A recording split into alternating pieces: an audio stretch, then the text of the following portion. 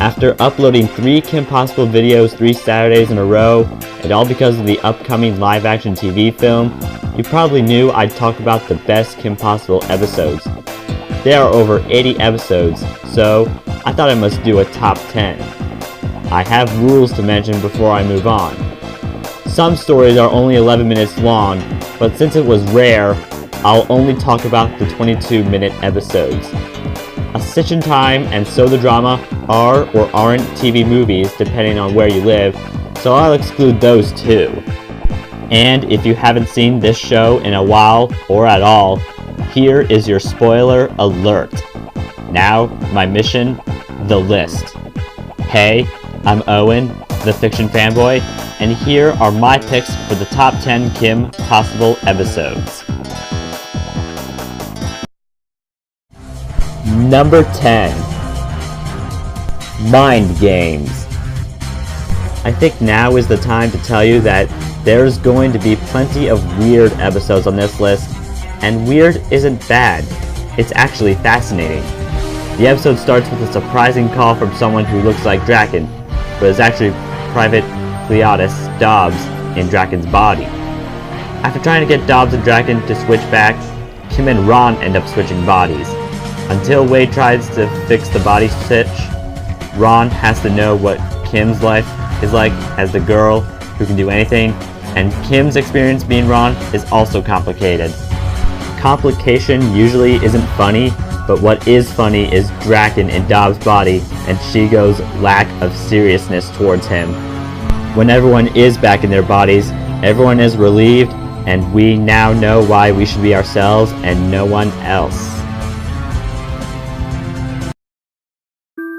Number 9. Blush. Remember the first Kim Possible episode, Crush, where Kim had a crush on Mankey? That one was great, but I asked myself, what's better than an episode where our heroine has a crush? And the answer is, a follow-up episode on said heroine having more interest in the same boy. After being humiliatingly defeated by Kim multiple times, Draken sprays Kim with a pollen he made, and now, every time Kim blushes, she gets closer to disappearing, body part by body part. Ron and Wade set out to cure her, but Kim wouldn't stay in one place as she agrees to have a date night with Mankey. Draken, Shigo, some embarrassment ninjas, and even Jim and Tim make Kim's disappearing problem worse until Ron saves the day, and Kim calls it a perfect night. This episode is worth your time, but be careful when watching this episode on a date, okay? Number 8. Bad Boy. Draken is arguably the best villain in the series, and so is Shigo. The main problem for Draken, however, is that he isn't very evil according to the people in our world and the cartoon world. When Kim and Ron infiltrate the evil convention, they encounter Draken and Shigo again, and it takes a while for the characters to notice that Ron was zapped to be evil and Draken was zapped to be good. Ron becomes hungry for revenge against his cousin Sean, and he went from bad boy to evil boy. And evil Ron proves himself to be more evil than Draken. Even Shigo is impressed. Kim has to work with good Draken to get back to the sides they were on. Before Ron could cause any earthquakes on Earth, Draken and Ron go back to their rightful sides. The episode may end with a little attitude adjustment on Sean, but things work, and everyone understands their roles as good and evil. Number 7. The Cupid Effect. In this Valentine's Day episode, Kim is with Ron as they have been dating since So the Drama, and Wade makes another in-person appearance. The minute he sees Monique in person, he gets interested in her. But he's 5 years younger than her, and the feeling isn't mutual. Done by no fan ever. Attempt after attempt, Wade then decides to make a Cupid ray to make girls love the boy they see. He used it time and time again as the effects wear off every 10 seconds. The seniors steal Wade's blueprints for the ray, amplify it, and use it to make all girls love Senor Senior Jr. Monique and even Kim are eventually affected by the ray, and that made Ron mad as they stole his girlfriend. After the seniors' plan fails, Kim and Ron are dating for V-Day. Monique finally asks Wade out, but is dateless again, yet okay with it, and something good is going on with Wade. Number 6. Closed-minded. You've seen Kim wear the same mission outfit for pretty much the entire show, and what happens if the outfit that made her special was taken away? This episode tells you all that. Kim's outfit gets ripped on another mission, and there's no way to replace the outfit. At all. She has to deal with going on missions without her usual look, but it's easier said than done for this title character. It wasn't easy for her, as she tried different outfits from her father, her friends, and even had a suggestion from a few criminals. Unfortunately, they didn't work out. Until finally, Rufus and Monique have solved Kim's clothing crisis with an all-new mission outfit, and she's looking better than ever. Kim's original outfit might have been gone forever for the rest of the series, but I'm sure glad Kim wasn't done yet. Number 5.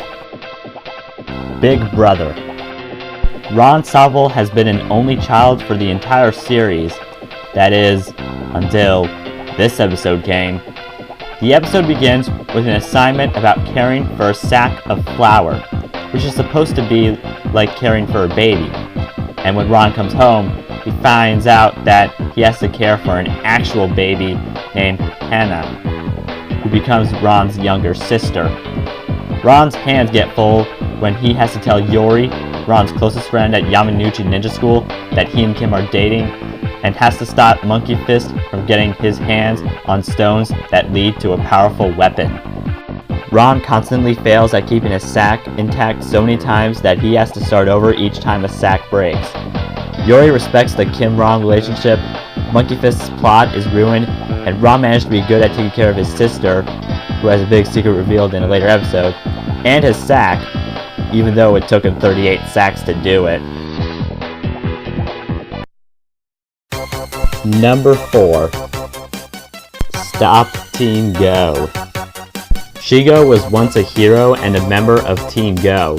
While no one thought Shigo was actually going to be good again, it happened thanks to Electronique, an enemy of Team Go. She wanted all of Team Go to be evil, so she used the Mutilator to zap them, but there was one flaw. Shigo was already evil, so she turned to the light side. She tries to blend in as a teacher, and as time went on, Kim and Shigo became friends, which is weird, yet entertaining. She even dates Mr. Barkin for a bit. While Go City's heroes became the city's worst enemies, Kim, Ron, Rufus, and good Shigo had to make Team Go good again and defeat Electronique before Go City falls to its knees. It'd be nice for Kim and Shigo to remain friends, but as Draken needed to be evil, so did Shigo, and that's what Ron had to do. Dang you, Ron. At least the story, including Draken's pickle situation, was great. Number 3. And the mole rat will be CGI. After Senor Senior Jr. tries to do robbery at the Tower of London, or at a location that looked like the Tower of London, a Kim Possible movie was announced. Kim is pleased about getting a movie, and with the actress who will be portraying her, and Ron is, well, not as excited as Kim since the actor portraying him isn't enthusiastic. Now our main characters have to live the days like normal, only with actors trying to follow them and do whatever they do to make the movie work. As Kim and Ron had their problems with the actors, like running and hiding from fangirls, Junior is trying to persuade the director of the K-pop movie to be casted as the villain for the movie, and does get his demands. After Junior fails miserably at his goal because of Kim, Ron, and the movie crew, plans for the movie were cancelled, but Kim did get one, now 2 movies, and Junior didn't. Number 2. Graduation. Here at this 2-part finale, Draken is defeated, again, and Kim and Ron go back to school as graduation is near. Mr. Barkin later tells Ron that his life wasn't so great after graduating, and that caused Ron to fear his life will go down too. But as Ron fears the worst, some little marks have been spotted on Earth. An alien spaceship abducts Draken while Kim and Ron prepare themselves. As graduation starts, Kim tries to confess with Ron, but couldn't. As Kim was going to make her speech, she gets abducted, and the abductors are Warhawk and Warmanga. Earth is getting conquered, people are evacuating, and Ron and Shigo have to save their friends. After escaping the enemies, Kim finally made her confession to Ron. The good guys make a comeback, but Kim gets defeated, and that made Ron embrace his monkey powers and defeat the aliens. Earth is saved, everyone graduates, except Bonnie.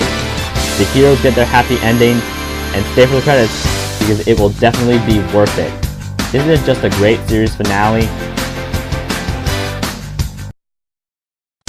Of course, I have some honorable mentions to give before I call, beat, and reach my number 1.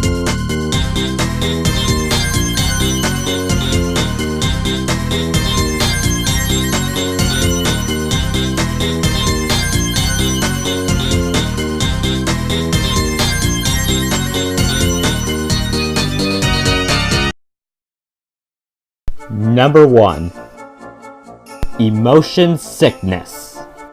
You just can't top the episode that tested the most beloved Kim Possible fans of how we'd react if Kim and Ron, bestie and bestie, went to the point of dating. You may already have figured out that answer, but I can't stop talking about this episode now.